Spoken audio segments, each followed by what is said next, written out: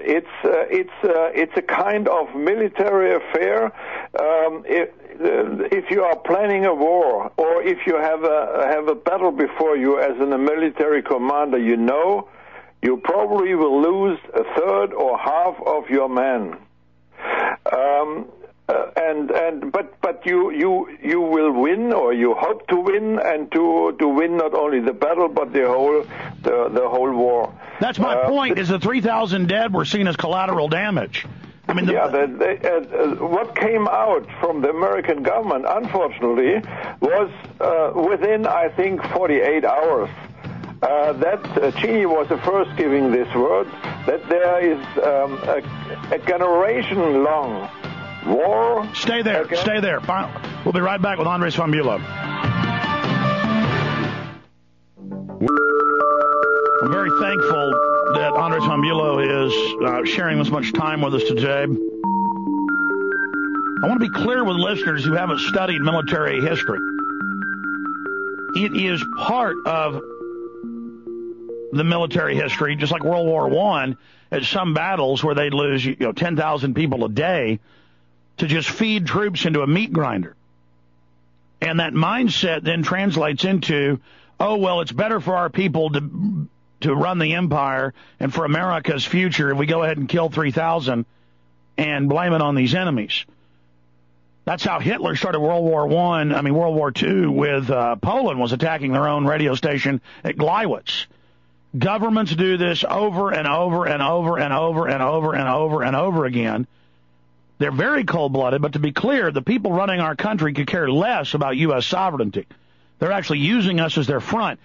Mr. von BÄ=low, do you agree that we have this multinational Anglo-American establishment / Israel that are in control of our military-industrial complex, the intelligence agencies firmly ensconced, and that they're using the U.S.'s good name and basically using the U.S. as an engine or as a mindless drone to carry out their activities?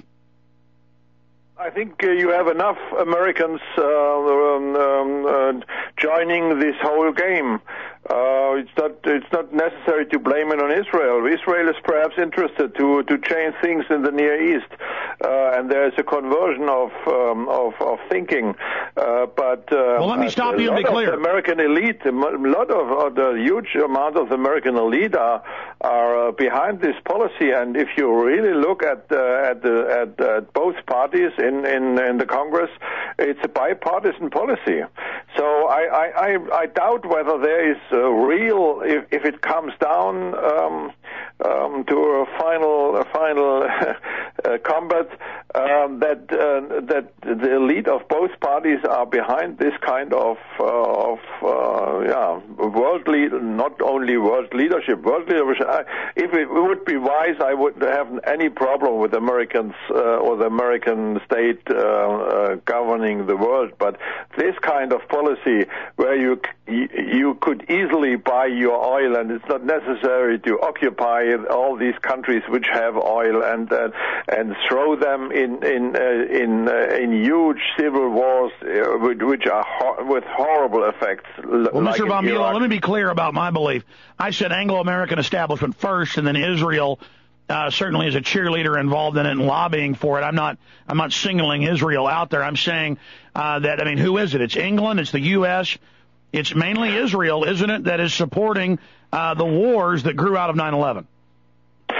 Well, they are joining, but I think that the main center of thinking about this has been around the neocons with their papers on the New American Century and the outlets for defense.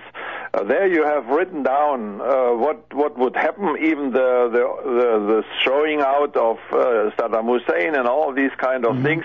The partition of Iraq is one of the points which they are try to follow. I think now Iraq, there is a day-to-day war going on, or civil war, and with American troops.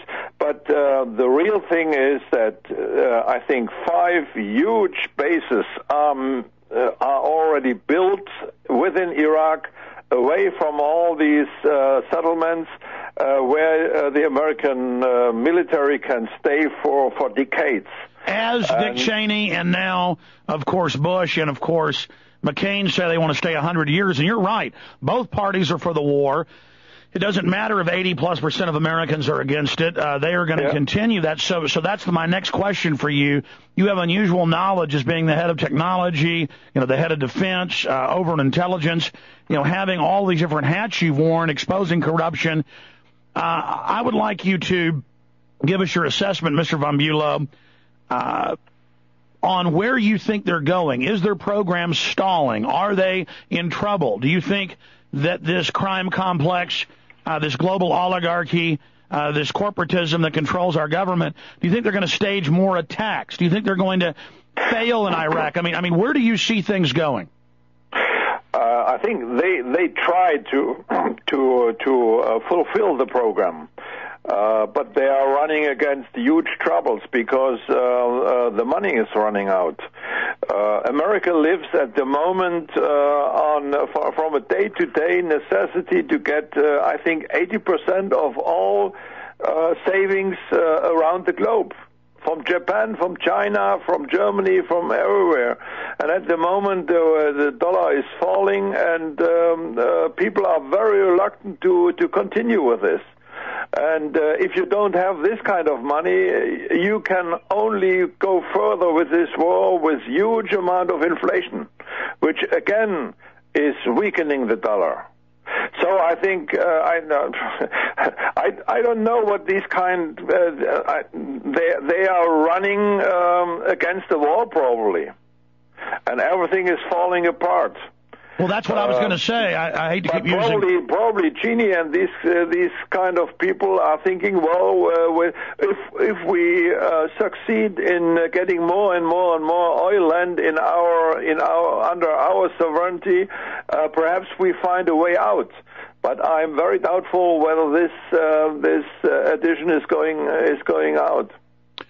Well, I agree with your assessment, Mr. von BÄlow, that they have a lot of hubris. They're stalling, like Napoleon in Russia or Hitler in Russia. The analogies just continue. Or you can see the United States kind of like the Soviet Union, whose aggression is starting to stall as it did in the 1980s, and its fomenting of revolutions. Where do you see the United States in a year, 2 years, 5 years, 10 years? A. B. Could the neocons snatch victory from the jaws of defeat by staging a thermonuclear, quote, Al-Qaeda attack or releasing a bioweapon as a way to fully, because all we see them doing is mobilizing fascism, building concentration camps. That's mainstream news. Building FEMA camps in the U.S., San Francisco Chronicle, Houston Chronicle, militarizing police, CIA over every major city. They now admit fusion FEMA command bunkers have been built in every city. 1 in 10 college graduates, now Homeland Security. Basically a rising of black uniform. I'm not using this analogy because you're German, but they act like Gestapo everywhere. I mean, they're really taking over. Face scanning cameras, warrantless checkpoints. They're hiring mercenaries. I see them trying to turn us into an armed camp. Instead of giving up, I think they may just stage some huge event and then attack the world. Yeah, it might happen. I don't know. I'm desperate as you because I would like to have my old ideal of an open, kindly America which is competing with the whole world, leading the world with its wise background. But at the moment, I don't see these kind of people. They are at the moment not running the country, and you have, I think, 10 times as much people already in prisons as we Europeans or any European state has. I think Halliburton and others are building kind of concentration camps for the kind for the if the situation is coming. And this, this was one of the main point in Germany.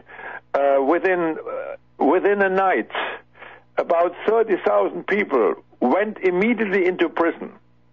And these were the people which were judged by the Nazi people able to lead the opposition against Hitler in the last moment, to organize strikes and so on and so on.